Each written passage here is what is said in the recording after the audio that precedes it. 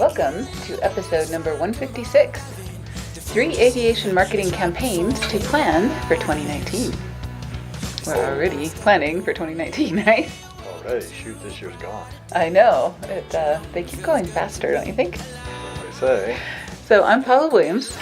I'm John Lilly. And we are ABCI, and ABCI's mission is to help all you ladies and gentlemen out there sell more products and services in the aviation world. Absolutely. So this week's episode is brought to you by our Sales and Marketing Lab, which is our a service level that we've put together for people who don't have a ton of extra money laying around, but do need to get better results from their marketing. So they've got something that's driving them crazy. Either their website's not converting the way they want it to, it's not bringing in the traffic they like, maybe they're going to shows and spending more money than they should and not getting the results that they think they should from that. Maybe nobody's opening their emails, maybe nobody's following them on Facebook, maybe they're not making enough sales, is what it really boils down to, right? Exactly. Doesn't matter how many people visit your booth at a trade show, how many people like you on Facebook, how many people do all those other things. If they're not buying, you're kind of... It's ultimately how much money do you put in the bank every month. Exactly. So that's really what it's all about. And to that end, we put together some of our very best services that we can provide at a low cost, and give you the means to do a lot of the work yourself or with your staff, so that you're able to really conserve some of that capital. And you get to collaborate with us 1 hour a month. Yep. You get custom consulting with us 1 hour a month, and then you also get to collaborate with our other lab members who are incredibly smart. And straightforward. And straightforward, absolutely. So we'd love to have you join us before the end of the year. It's a great time to do that when things are getting a little bit slow and you have some time to start thinking about 2019 and so on. So to that end, right? Exactly. What is a campaign and why do I want one? You want one to make more sales. You want one to make more sales. So a lot of people think in terms of just advertising. They just put an ad out, and as long as they're advertising and as long as people are buying, then things are all good, right? Yeah, and I've heard this phrase that I don't like, is just want to put my name out there. I just want to put my name out there. Well, that doesn't put money in the bank, right? No, not unless you're Coca-Cola, and then it's a whole different scale and how you approach marketing, but no. Right. For the majority of the rest of us, you have to have more than just your name out there. Right. And for those of us who went to college a few years ago, I won't say how many, and even now, a lot of the people that are graduating, even these days, we have some youngsters in our marketing lab nowadays that have just graduated, and a lot of the things that they talk about from their marketing courses from university, even MBA programs and advertising programs, focus on retail, which is different. So, we are not Coca-Cola, we are not Wells Fargo. Getting our name out there is not going to make that much of a difference, because we don't want to be a household name. We only want to be famous to maybe 100 people or 1,000 people who buy our products and services, right? Yep. Okay, or who are the most likely to buy our products and services this day, week, month, or quarter, right? Mm-hmm. Okay. So today we're going to talk about 3 campaigns that you can do in 2019 that are really going to help you put more money in the bank. And as aviation companies, we need to have that leeway or that overhead so that we can support some of the ups and downs in the economy, some of the ups and downs in our labor costs, some of the ups and downs in our insurance, some of the ups and downs in regulatory things that we need to That's meet. Not overhead. What is it? You tell me what the financial term cost. is. Okay. We need to cover our overhead costs, but yes, what is exactly. it that we do? What is the term for the money? Reserves. Okay. We need to have those reserves so we can cover our overhead, right? Yes. Okay. Glad we have you along, because otherwise we'd be... Somebody's got to keep you straight. Exactly. So those are the financial terms. Now, there are 2 strategies, really, in any business planning enterprise. 2 sets of strategies, really.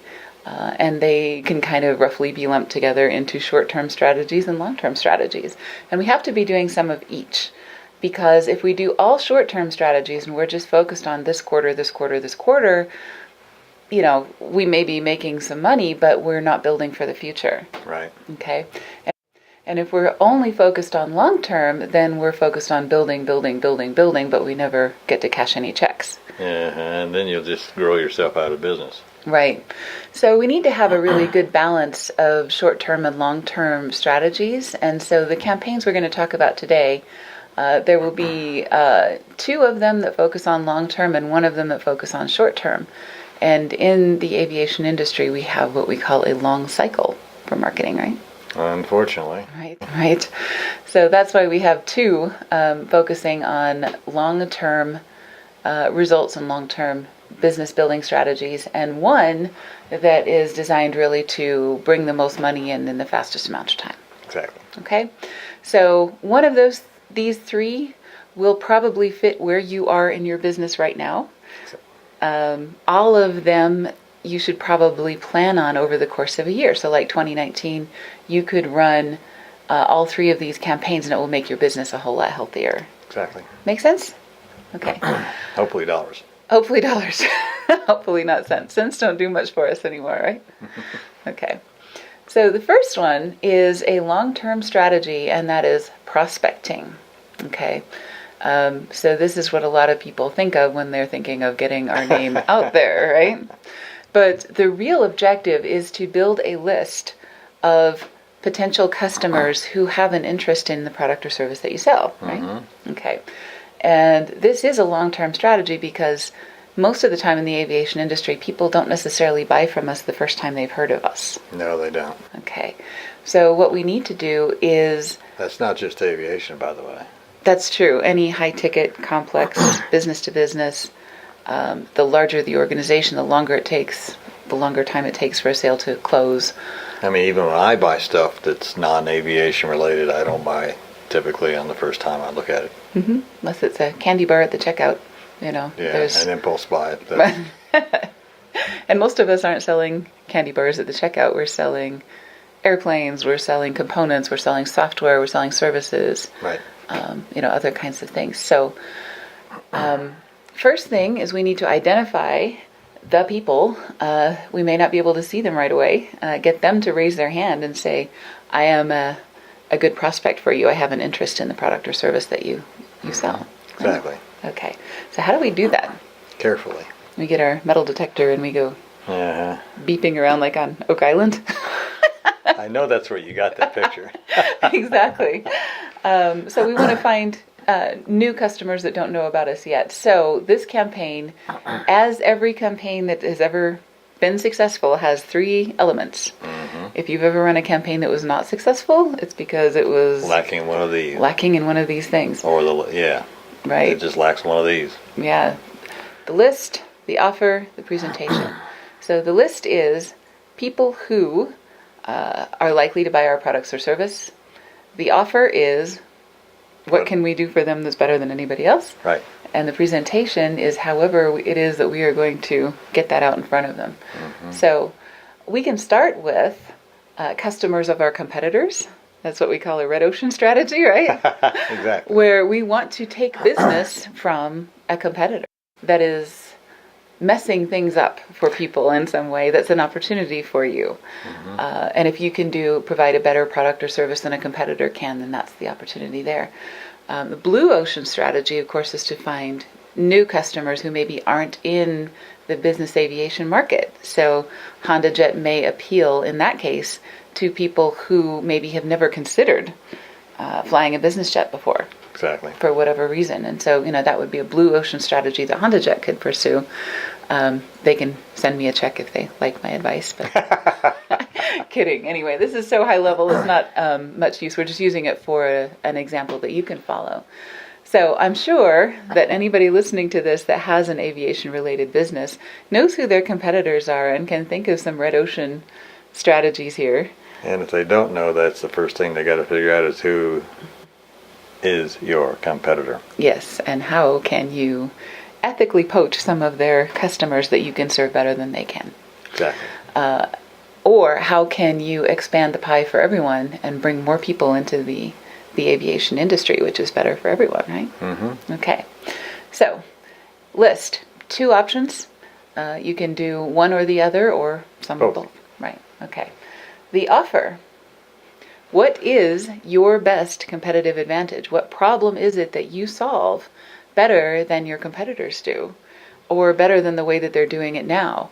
In some cases, there are people that have a solution that people don't know is a problem, right? Mm-hmm. Yeah.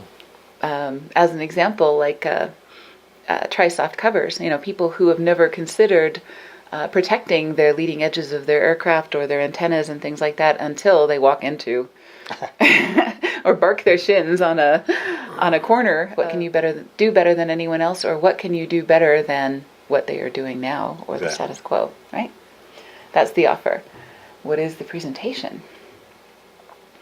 In this case, we want this to be a low cost to you and to them, right? Low risk to you and to them, because they're not going to buy on the first. And we don't know yet whether they're a qualified customer. Okay. Right? Well, you said low cost, and then what you're talking about is the presentation, not the product. Okay, got it. Right, exactly. So we can present to them maybe a buyer's guide or a tip sheet, or ask them to make a small purchase of a trial product, or a free trial even for 30 days. We actually prefer to have a really great guarantee than having a free trial. Right. That serves the same purpose. The idea here is to reduce the risk and help educate that customer, right? And this is why. If you have ever been on a cruise ship or been at a port, an ocean port like Long Beach or something like that, and you have seen the ships tied up, they have ropes that are as big around as your head, right? that are coming from the ship, and they're tying that thing up.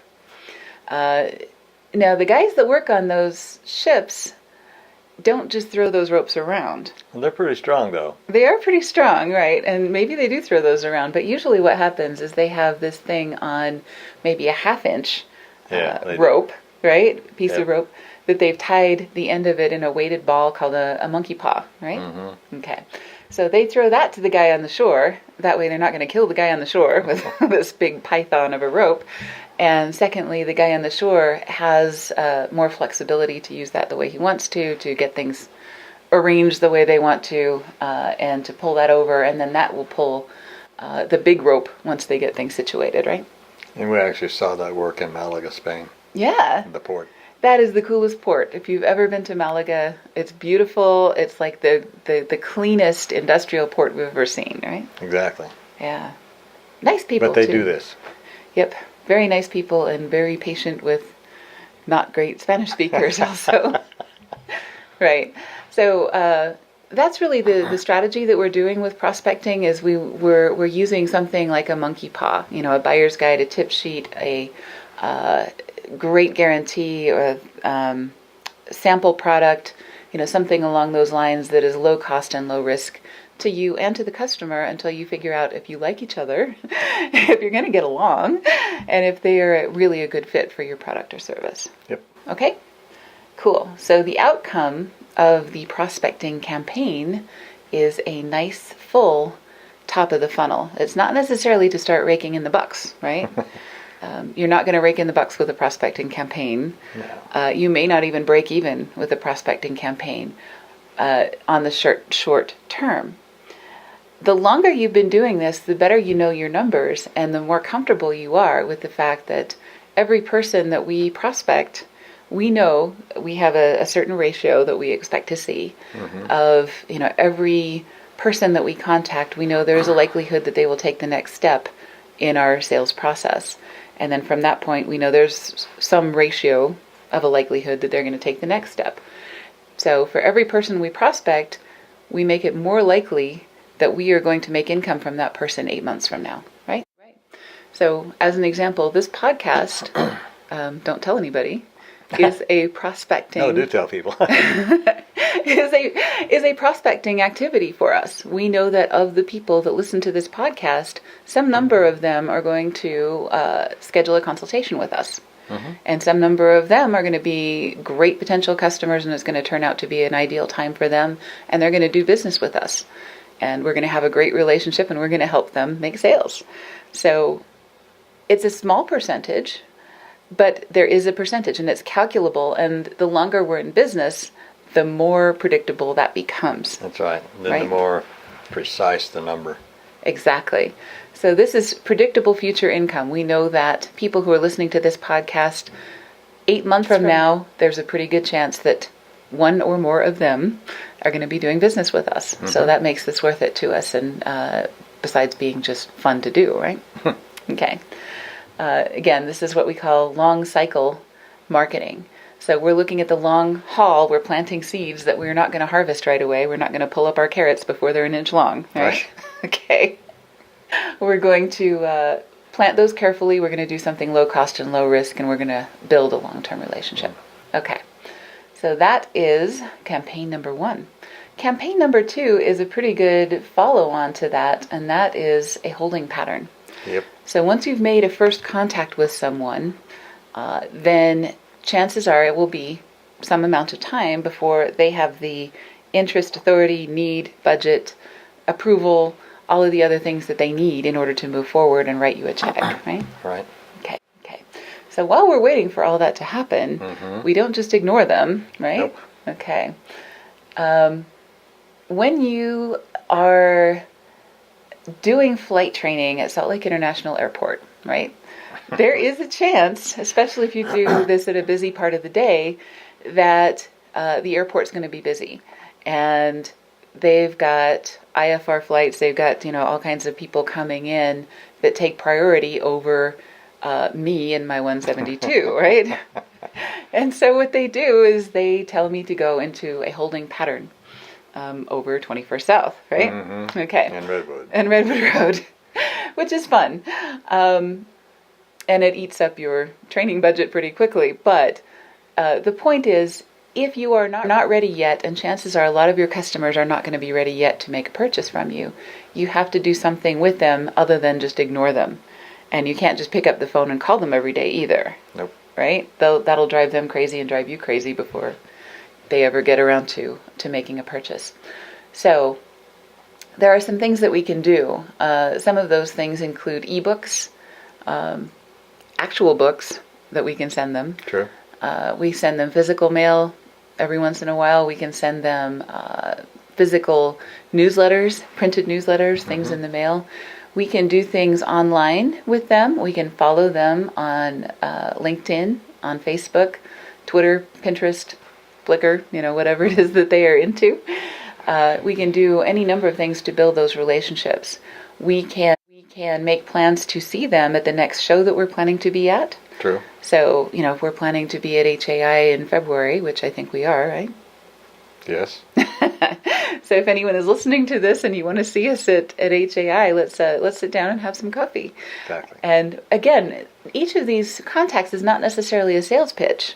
It's just a low-key, we are still here, we're still interested in doing business with you. If things have come to the point where you're ready and we're ready, then let's move forward. Exactly. You can do phone calls during this holding pattern, but especially if you've got something like a webinar you can invite them to, or something that you'd like to let them know about, something you saw in the news about them. Hey, I saw this in AIN about your company, and I just wanted to say congratulations, or happy birthday, or happy anniversary, or something like that. This holding pattern can be really effective. So let's talk about how this is constructed, right? Every campaign has 3 main elements, being the list, the offer, and the presentation, right? Yeah, exactly. Okay. So the list is, you are not ready yet, right?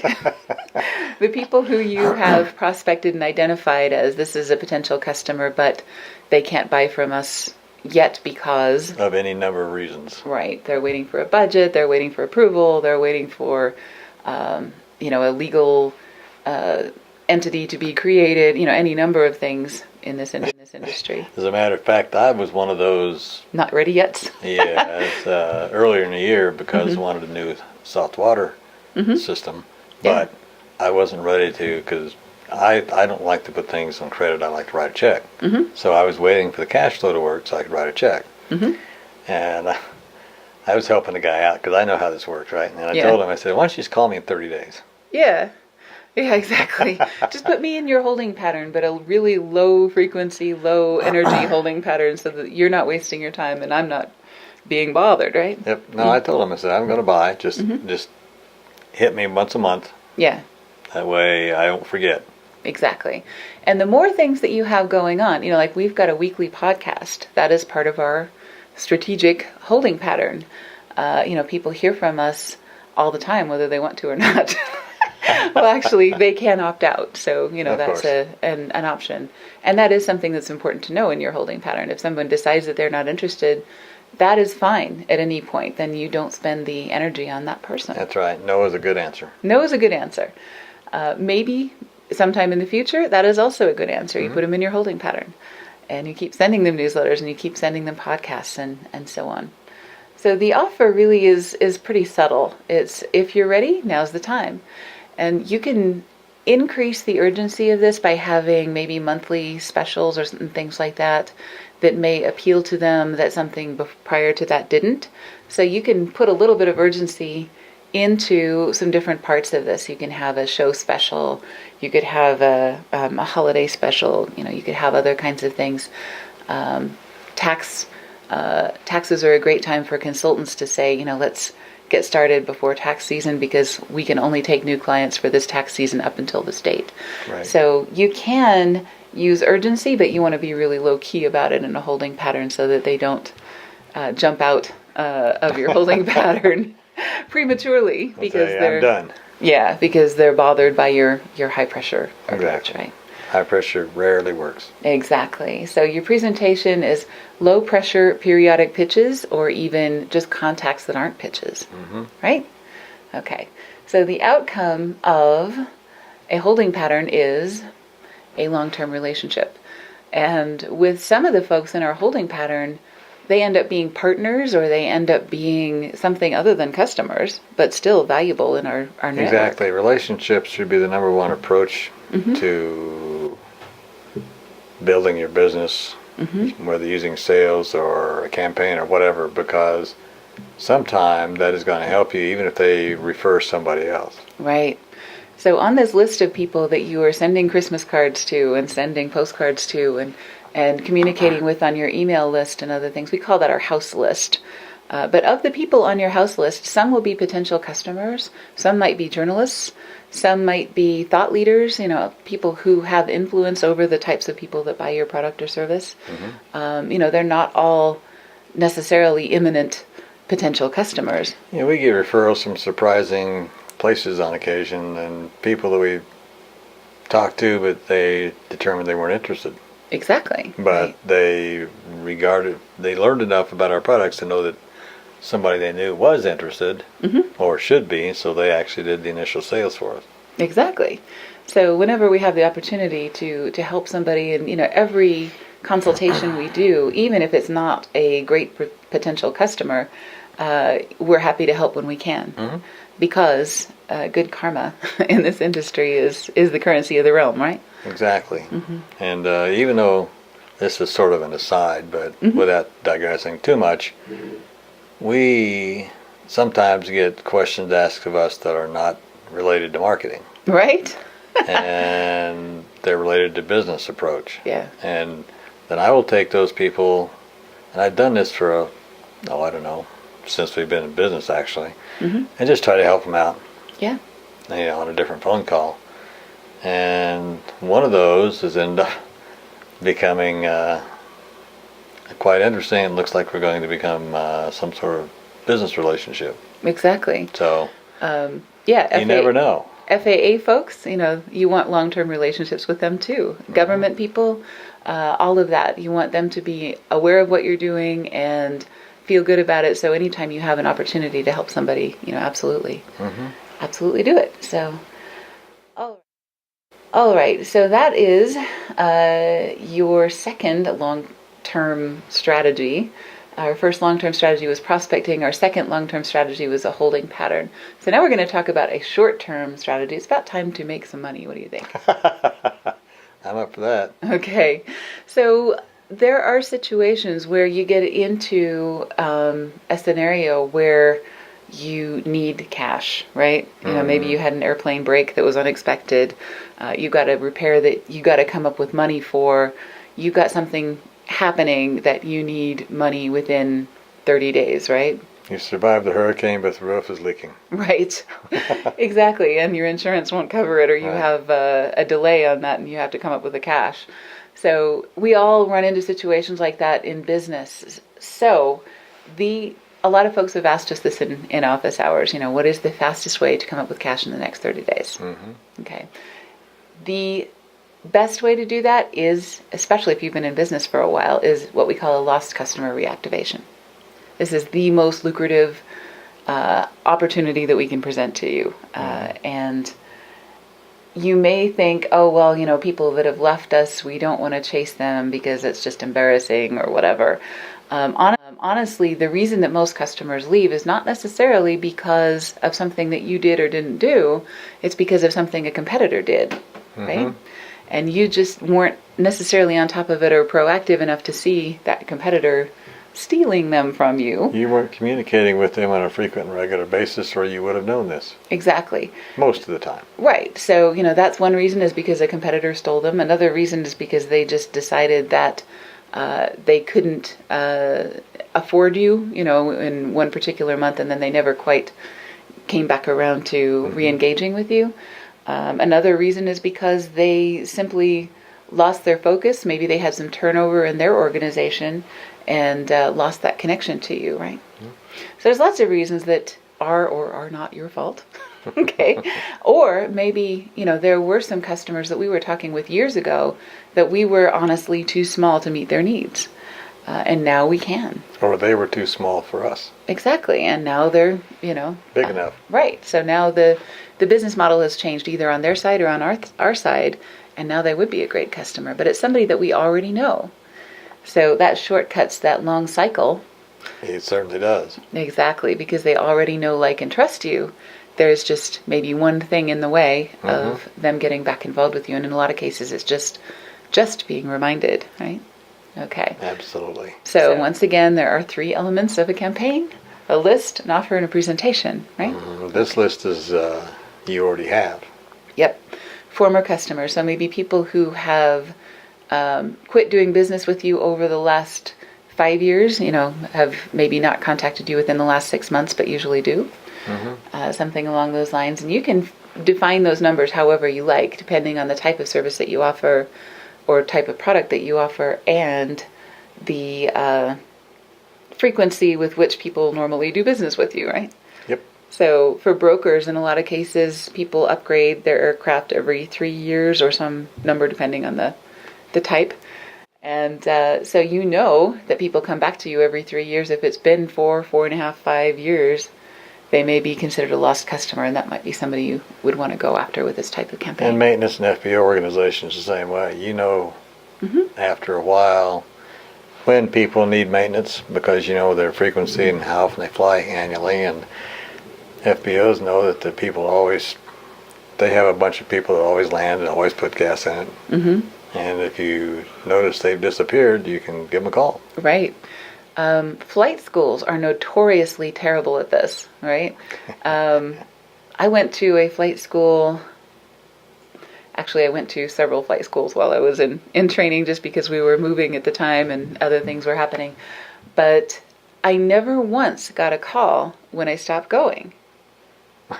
It was the weirdest thing. I was, expecting that an instructor or somebody would wonder where I went, but apparently they just don't have good systems. They don't have a CRM. They don't have a way of knowing, wow, this person was supposed to finish up their private and they kind of quit after lesson number 7. I wonder what happened, If they wondered that, they never asked me about it. And they had our contact information, so, go figure. Right. So, list former customers. Offer. Come back. right? Yep. Things have changed, either for you or for us. So, maybe there's somebody that you lost because you weren't providing as good a service as they expected. That's okay. Maybe you've hired some additional people and now you're able to give them more attention. Maybe you've purchased some equipment, that can do what they want done in a better way, things like that. So let them know, what's happened, what's changed for you. If there's nothing that's changed for you, at least, maybe there's something that's changed for them. Exactly. Something always changes. Exactly. So, presentation, how do we do this? We like to do a direct mail package, and you've seen those USPS small boxes. Those are fabulous for this in the United States because they're low cost to send.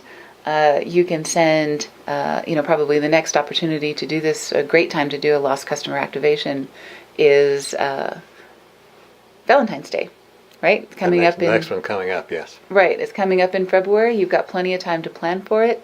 You can get candy. Candy is low cost and everybody loves it.